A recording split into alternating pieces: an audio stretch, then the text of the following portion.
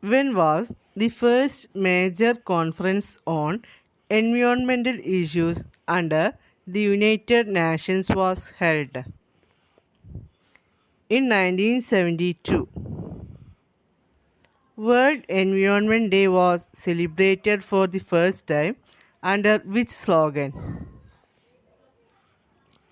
Only one Earth. Snakes are evolved from lizards. Some species are very rare and can be found in a particular ecosystem. These species are called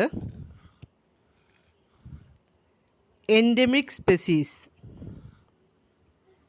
The term ecosystem was first coined by A.G. Tinsley in